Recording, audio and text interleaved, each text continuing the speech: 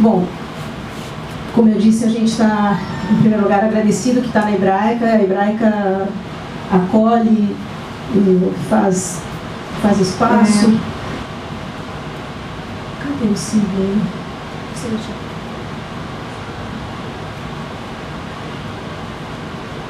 Silvio Shapiro, diretor cultural da Hebraica. Obrigado, gente. Em primeiro lugar, uma boa tarde a todos. Aqui, mais uma vez, apoiando esse grupo que está crescendo cada vez mais. Hoje um movimento muito diferente e alegre, acho isso muito bacana. Estou aqui com a minha ex-diretora da escola, onde eu aprendi tudo na Guilda. E a Manúcia também, está lá no canto. E eu acho que isso é muito importante, porque é nessa literatura que nós aprendemos desde o Pérez, que nós pretendemos passar adiante, em termos de cultura, para o nosso povo, ao povo do livro, e o livro está aqui com vocês. Agradeço a todos a presença. Hoje nós estamos realmente privilegiados com essas 3 pessoas bárbaras que escreveram livros maravilhosos, começando com Jacques, aqui é a ordem alfabética do primeiro nome.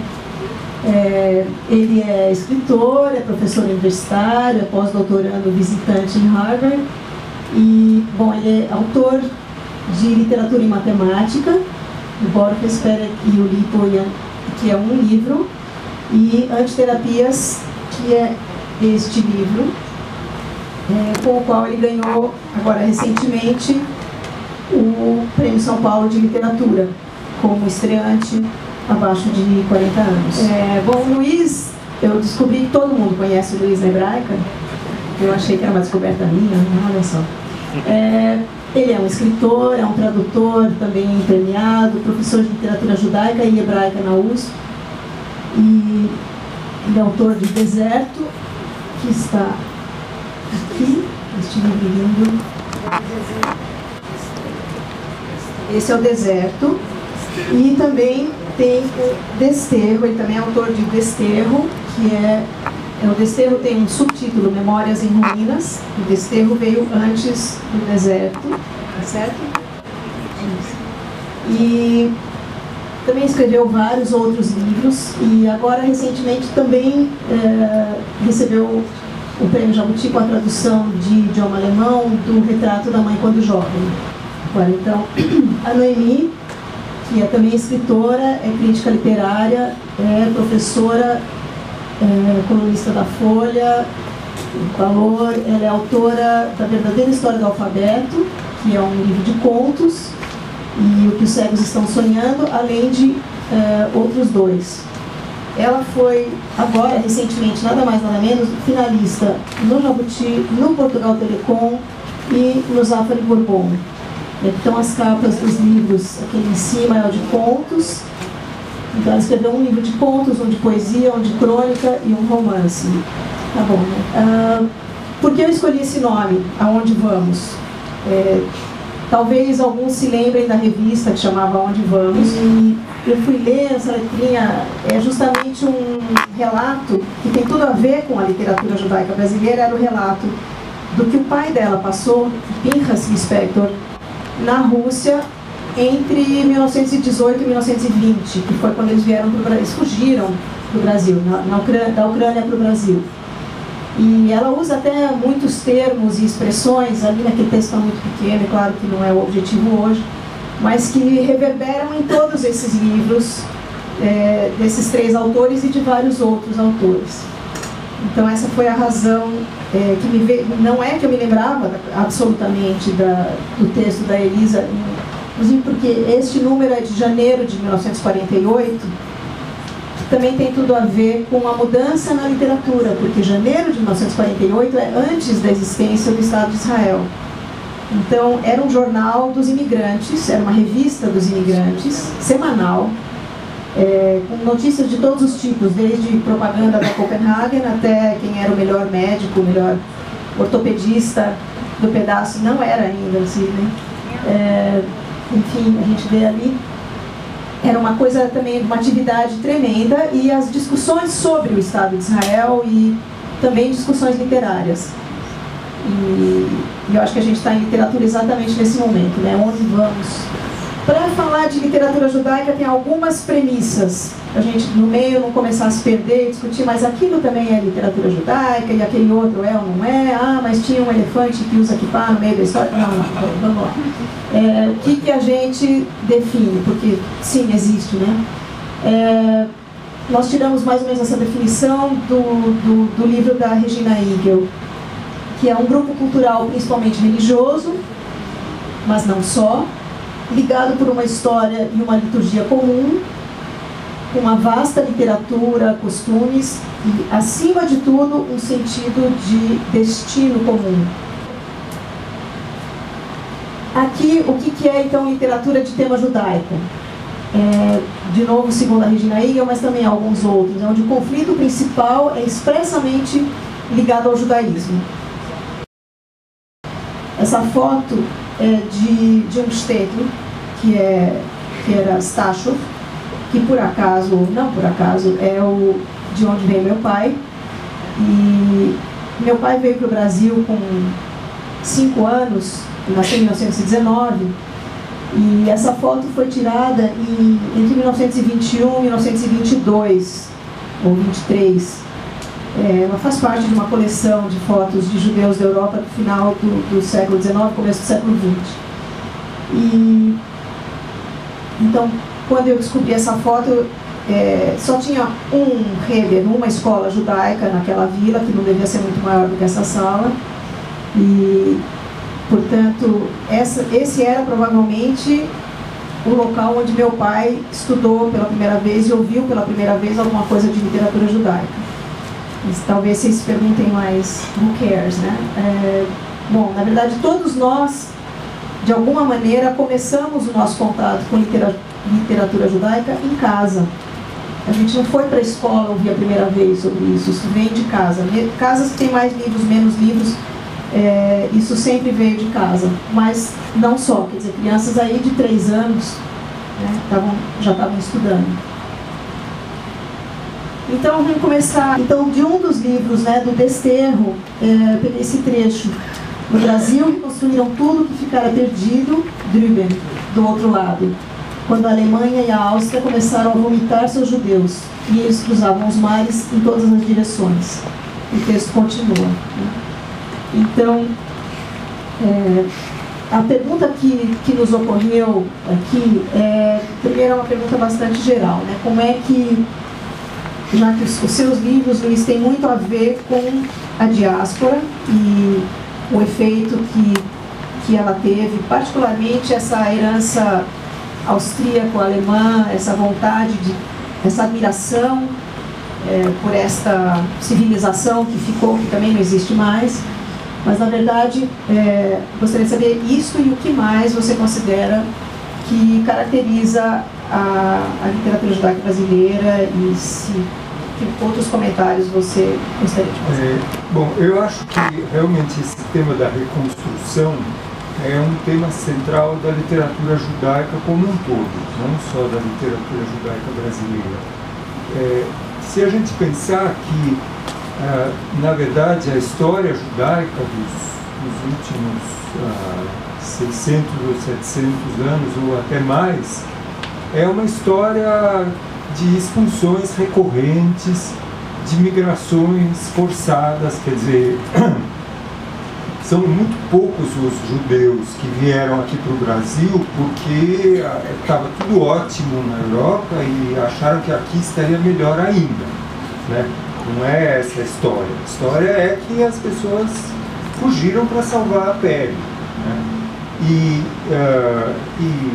essa diáspora da Europa para o Brasil é uma diáspora numa longa cadeia de diásporas, porque esses judeus que estavam na Alemanha antes tinham estado na Polônia e antes tinham estado outra vez na Alemanha ou antes tinham estado na Itália ou na Espanha ou na França. Quer dizer, é uma longa história de um povo que sofre a história, né, e que não é um ator na história. Então, eu acho que nesse contexto a literatura funciona como um espaço onde se tenta reconstruir, reparar esses desastres, né? E por isso a questão da memória é tão importante, né? Eu acho que a literatura judaica está sempre muito profundamente marcada pela memória de um outro tempo, pela memória de um outro lugar, né? A própria religião judaica, na verdade, é assim, né? A religião judaica que se cristaliza na Europa,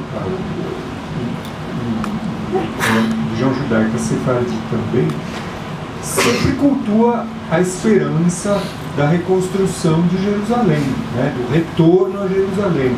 Então, parece que esse tema do retorno ele vai tomando diferentes formas, mas ele está sempre presente de alguma maneira.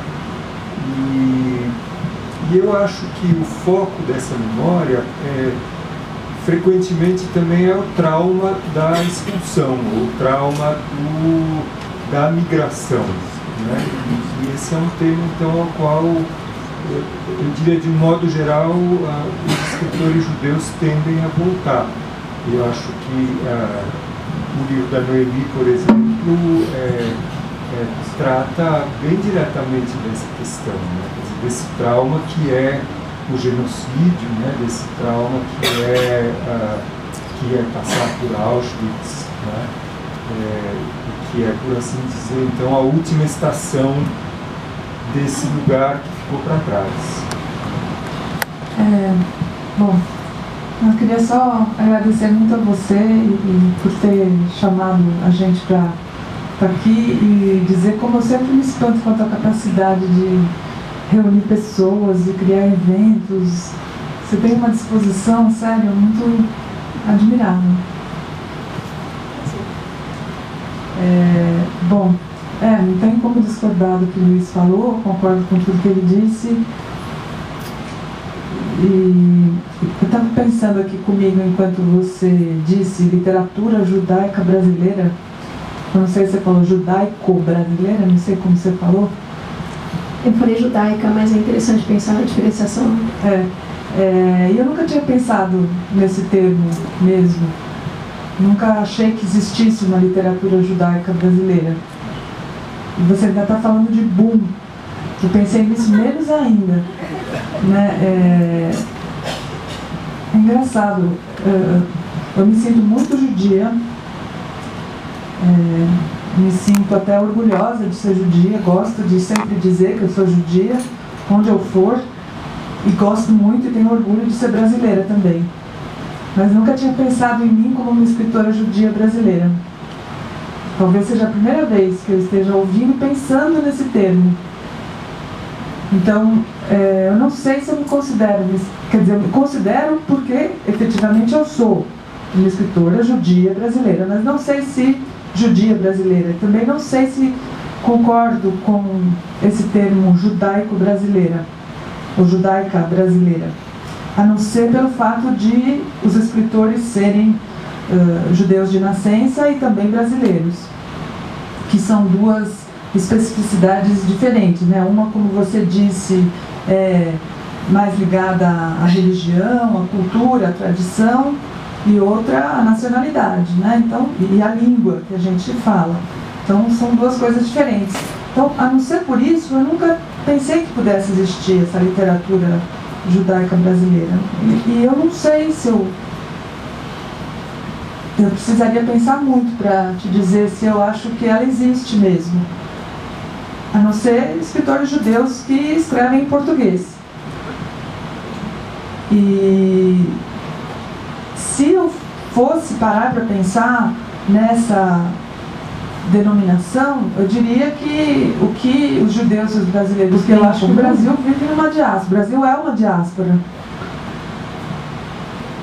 Não só por ter comportado sempre muitos imigrantes, mas por ser um país periférico, né, um país para onde vão as pessoas, para onde vieram muitas pessoas fugidas, um país que está sempre um pouco à sombra de outros países, inclusive na própria América Latina, né? Por várias razões. Então, eu me considero muito uma escritora, como eu sempre falo, diaspórica. porque eu sou judia, porque eu sou brasileira, porque eu sou mulher. Então, eu acho, e porque eu sou filha de sobrevivente de guerra, que é uma condição que na minha geração não é muito comum. Porque os meus colegas de escola não eram filhos de sobreviventes, eles eram netos de sobreviventes. Mas como eu sou temporânea, então eu vivia numa condição diferente da dos meus colegas. Então eu me considero diaspórica. Então o que eu vejo em comum entre ser brasileiro e ser judeu é isso, mas muito além de, né, muito pouca coisa além disso. Não vejo muito além disso em comum. Então eu precisaria pensar muito sobre essa denominação judaico-brasileira. Não sei o que vocês acham. O que você acha? Bom, primeiro, eu queria agradecer o convite. Tá dando para ouvir? Tem que falar pertinho. Estou muito honrado, principalmente, de estar do lado do Luiz e da Noemi, e principalmente porque o meu chefe, orientador, ele está ali sentado, e se eu falar qualquer besteira, eu acho que eu vou ser mandado embora. É o Márcio, meu supervisor na Unicamp. Muito obrigado pelo convite. Bom, eu acho que essa pergunta é um tanto abrangente, né? Então eu acho que eu vou tentar responder quais seriam as peculiaridades ou as coisas em comum que eu, pelo menos, vi entre nossos 3 livros, que eu acho que poderia dar uma ideia geral, quem sabe. Eu estou falando desses últimos livros, do Deserto e dos Séculos, do meu livro. Eu acho que são 3 olhares diferentes, 3 olhares de épocas diferentes e 3 olhares de, vamos dizer, correntes diferentes, né? A Noemi, ela é filha de uma sobrevivente e ela narra essa história, e ela narra também a ida dela a Auschwitz, né? A sua ida e a ida da sua filha. O Luiz, né? Não sei, bom, o personagem do seu livro fala de um jovem que foi para Israel, né, num programa da Sornut, que não sei se é o Shnat que ele fez, um programa de 1 ano, né, que trabalhou no kibbutz, e depois ele tinha que contornar uma situação, né? E o meu livro conta, de fato, esse meu ano, que eu fiquei em Israel, que foi esse ano de Shnat. Eu sou de Belo Horizonte, e em Belo Horizonte só tem um movimento juvenil, que é o Abonim Dror. Então todo mundo faz Shnat, né, esse ano pelo Dror. Eu também fui a Auschwitz depois de um ano passado, e essas minhas impressões todas estão no livro. Então eu acho que existem muitas coisas em comum, por exemplo, entre o meu livro e a da Noemi, que a gente cita, por exemplo, muito o Primo Levi, quando a gente quer trabalhar essa questão do trauma, a questão do perdão ou não, ou a questão da memória. Entre o meu livro e o do Luiz, por exemplo, conta essa história de, né, jovens judeus que tem essa coisa em comum com Israel, mas que pode também ter uma coisa em comum com a Europa, né? Porque o personagem queria muito ir para a Inglaterra, né, para Londres. Eu também, quando eu saí de Israel, fui de mochileiro pela Europa. Então eu acho que existem algumas características, pelo menos entre esses 3 livros, que podem ser similares, né, ou peculiares em algum momento judaico. Mas eu também não sei falar de uma forma geral, né? Eu acho que para mim, inclusive, é uma coisa muito nova ser chamado de escritor, né? Além disso, escritor judeu, né, judaico, né, judeu brasileiro. Pô, é muita informação ainda, né? Mas eu acho que existem algumas características em comum entre esses livros, né? A abordagem, eu me via muitas vezes no livro da Noemi as mesmas discussões, né, da questão de Auschwitz, da questão da memória, da questão do que lembrar, o que esquecer, por que a gente lembra, por que a gente esquece algumas coisas. E com o Luiz eu estava até brincando, né, que a gente foi pela agência judaica, né, pela Sornut, e sempre tem algumas regrinhas que os jovens de 18 anos tentam burlar, né. Então, para saber um pouco melhor das coisas que a gente burlou, talvez a gente convida a ler os nossos livros. Mas existe. Eu ousaria dizer que sim, entre os nossos 3 livros. Colocando ali, para falar em boom, né, ali a Carol Ben-Simon, que escreveu um livro também, eu acho que ela é gaúcha, né, se eu não me engano. Escreveu um livro que tem uma temática judaica. Aqui o Leandro Zarmatz, que é de São Paulo, também escreveu livros e é pesquisador também de literatura judaica.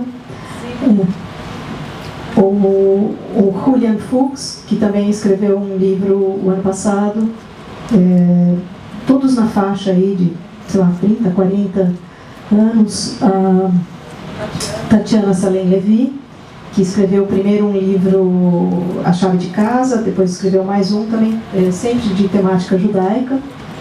A Cíntia Moscovitch, que escreve bastante nessa temática, também acabou de ganhar um prêmio aí. O Michel Lau, que esteve aqui. Ela acabou de ganhar um segundo prêmio. Ela ganhou agora a Biblioteca Nacional. Ela ganhou da Biblioteca Nacional, é verdade. E então o Michel Lau, com o Diário da Queda, que esteve aqui em maio, e a gente falou bastante também, tinha a ver, na verdade tinha a ver com os 3 livros, o livro dele. Então, na verdade, foi interessante você falar que você não tinha se dado conta, porque nós que estamos lendo essas coisas já faz alguns meses, também não tínhamos nos dado conta até um tempo atrás. E, na verdade, o Emerson, que não é judeu, é que me chamou a atenção. Ele falou assim, cara, mas tem tanto escritor judeu escrevendo e ganhando prêmio, o que é isso? O que vocês fazem? Tem o Ronaldo Vrobel também, que aliás eu convidei, eu sei que ele mora no Rio, convidei e ele não pôde vir. E tem mais um, aquele Flávio Isaac, que acabou de... Bom, ainda não teve tempo de ganhar prêmio, né? Oi? Bernardo. Ah, sim! Cadê o Bernardo? Está escondido? E o Bernardo, que eu tive... Bernardo, levanta a mão, porque fica escondido aí. Bernardo Kucinski, que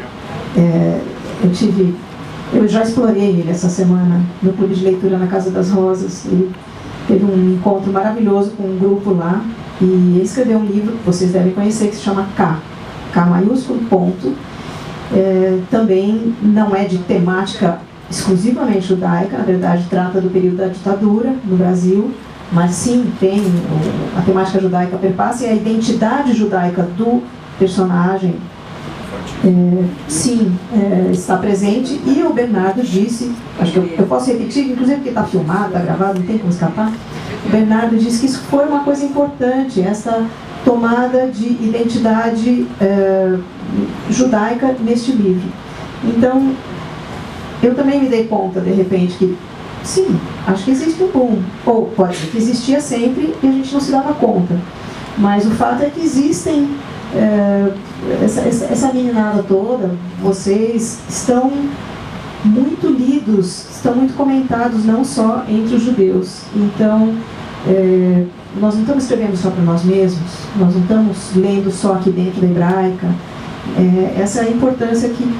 E também o choque, já que você dizer, nossa, eu também nunca fui chamado de escritor,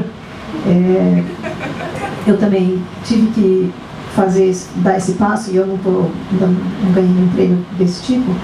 Um curso que eu fiz aqui com a Débora, que está escondido também lá atrás, Débora Goldemar, que também é escritora, ela não escreveu ainda de temática judaica, mas a gente sabe que isso é uma questão de tempo.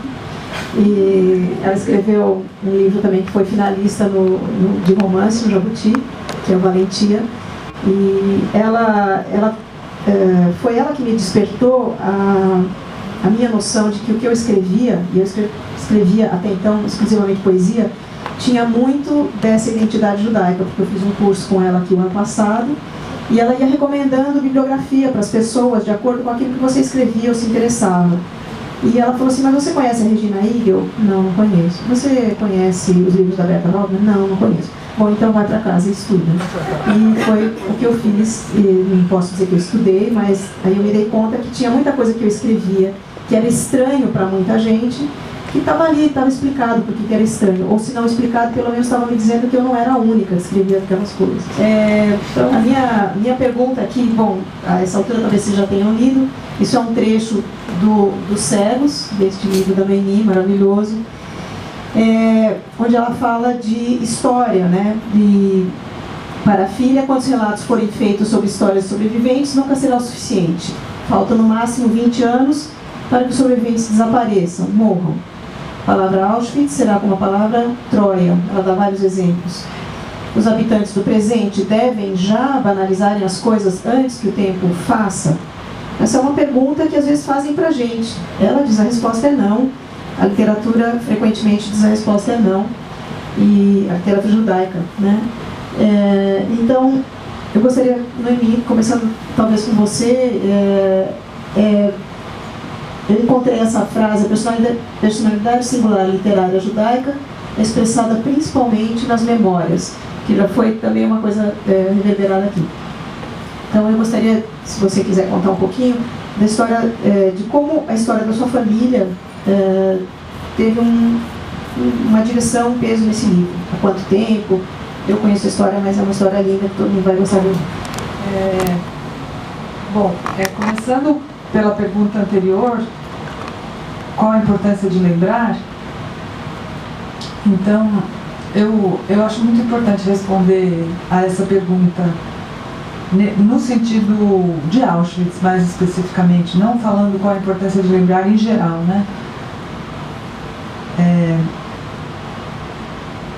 Eu acho importante lembrar, primeiro, porque uma coisa que eu faço questão de dizer, mais não sei que palavra usar, mais contundente para nós que estamos aqui agora do que necessariamente a história de Auschwitz e do genocídio e da Segunda Guerra Mundial são as histórias dos sobreviventes, que eu acho que essas histórias não têm fim, não existe um esgotamento, uma possibilidade de esgotar o que se pode explorar a respeito dos sobreviventes, dos indivíduos. Talvez haja um esgotamento histórico, né, sobre a Segunda Guerra Mundial. Talvez já se tenha chegado a uma saturação em termos de exploração histórica ou estética da Segunda Guerra Mundial, como do Vietnã, ou talvez como das Torres Gêmeas. Talvez chegue um momento em que se chegue a essa saturação, mas não acredito que jamais se chegue a uma saturação da exploração do que significa ser sobrevivente e das histórias individuais, né? Então eu acho que isso nunca pode esgotar. Essa é uma razão pela qual eu acho que é muito importante lembrar. A segunda razão é porque quanto mais eu penso sobre o assunto, quanto mais eu converso com as pessoas sobre esse assunto, quanto mais, enquanto eu escrevia, eu lia sobre esse assunto, mais eu tenho certeza de que a experiência do nazismo, a experiência do mal, não foi uma coisa pontual, né? Que aconteceu na Alemanha entre 39 e 45, né? Em cada um de nós. Então eu acho que é importante lembrar por causa disso também, para que cada um localize em si mesmo a origem do que aconteceu lá, porque o que aconteceu lá não acabou, né? Tá em cada pessoa o tempo todo, e a gente está o tempo todo correndo o risco de se tornar cativo desse mal.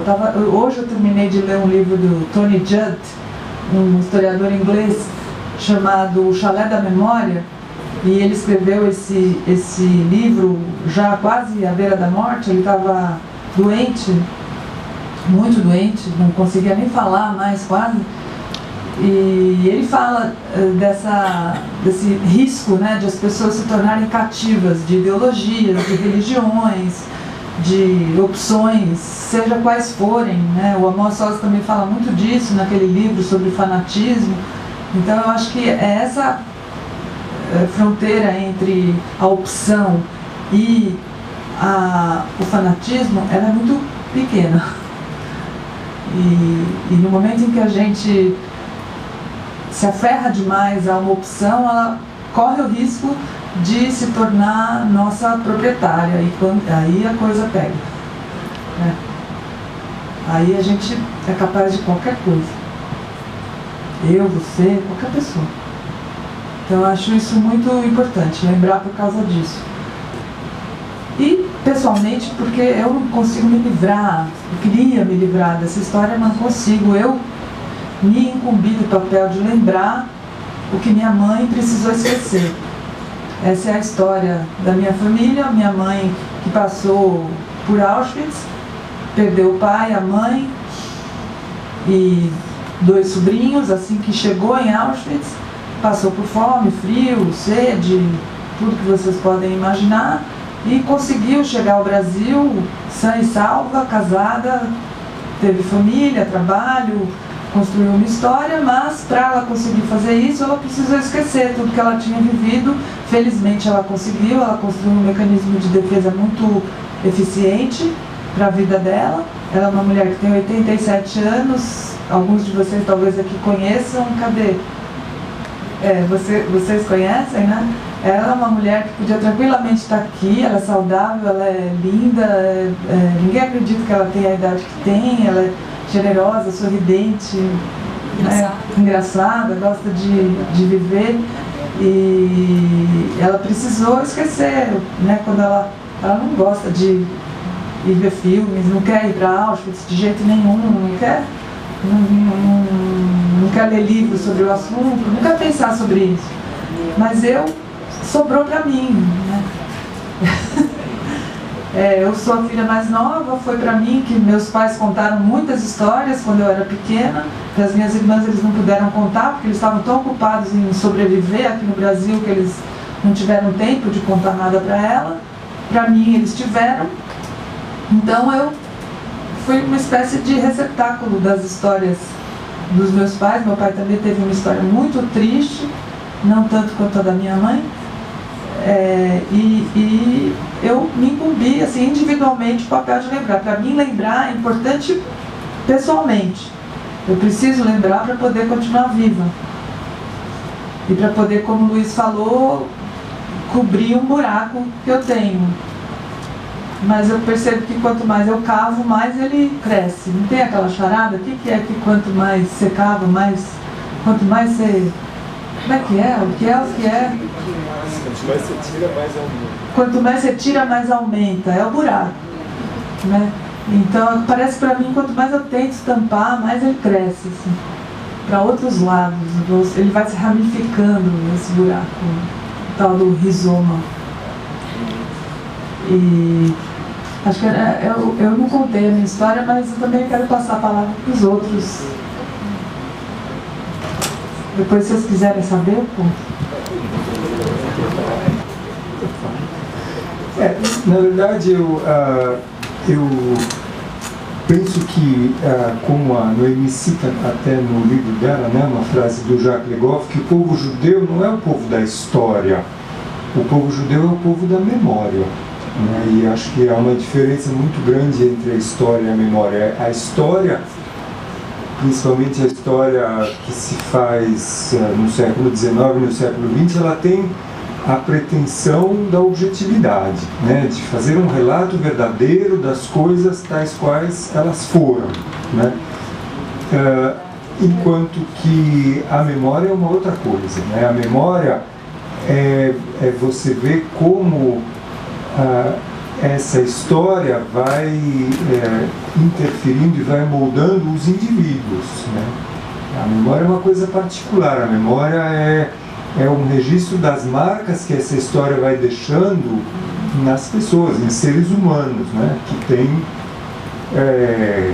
emoções, que têm sentimentos, que têm desejos, que não são coisas objetivas, né? Que têm uma subjetividade e muito mais autêntica do que a história dos historiadores profissionais que escrevem tratados de história, né? E esse imperativo de lembrar, de novo, é o cerne da religião judaica também, né? Todos os sábados a gente se lembra, né? A gente se lembra da criação do mundo, a gente se lembra todos os sábados de que nós somos escravos no Egito, que nós somos libertos do Egito. Quer dizer, há esse imperativo de lembrar, não só para saber, para registrar, para colocar no livro, mas porque isso tem algum sentido, né, para o destinatário dessa memória. Então, acho que esse grande interesse que existe entre os judeus pela literatura e que se manifesta agora por esse boom, né, que você apontou, também é uma maneira de lidar com essa tradição da memória, né, que é uma tradição muito forte para a gente, que é com base na memória que os judeus construíram suas identidades coletivas sempre, né? E acho que num tempo como o nosso, que é um tempo também de desencantamento com as ideologias que por tantas décadas fascinavam as pessoas, né? Também é um tempo em que há uma tendência a então se voltar para essa memória, né? Talvez esse fenômeno que você estava apontando tenha a ver com isso, tenha a ver com esse arrefecimento no fervor ideológico que existia, sei lá, até os anos 80 do século passado, né? E que realmente acho que funcionava como um ponto focal assim, para as pessoas. Bom, essa questão da memória, eu acho que eu aprendi nos livros do Márcio, né, que tem uma palavra, né, o zahor, né, que é não esquecer de lembrar.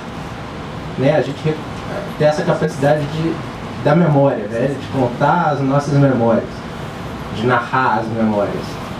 E outra coisa interessante que você falou, né, essa questão do mal, você falou que somos capazes, né, cada um é capaz. Eu acho que isso acho que ficou assim. Eu acho que isso é muito recorrente, não sei, tem um escritor polêmico, que a gente até estava discutindo uma vez, o Katsetnik, que né, na verdade Katsetnik significa prisioneiro, mas ele escreve como Katsetnik. E ele é aquele sobrevivente que foi no tribunal de Eichmann e que desmaia, durante o tribunal ele desmaia ao dar o seu testemunho. E depois eles vão perguntar por que ele desmaiou, ele fala, porque eu vi naquele momento que eu podia ser capaz de fazer o que os outros fizeram, ou fizeram comigo, né? Então essa questão é bem interessante, né? E eu acho que o Luiz falou tudo sobre essa questão da memória e da história, né? Antigamente a gente tinha essa ideia utópica de que uma história com H podia ser de fato contada, né? Alguém podia falar, ó, a história foi assim. Depois de um tempo esse H grande da história ele se perdeu, né? Por mais que a gente tente acessar a verdadeira história... A história das mentalidades já foi depois, né? Exatamente. Então por mais que a gente tente, né? Qual foi a história, né?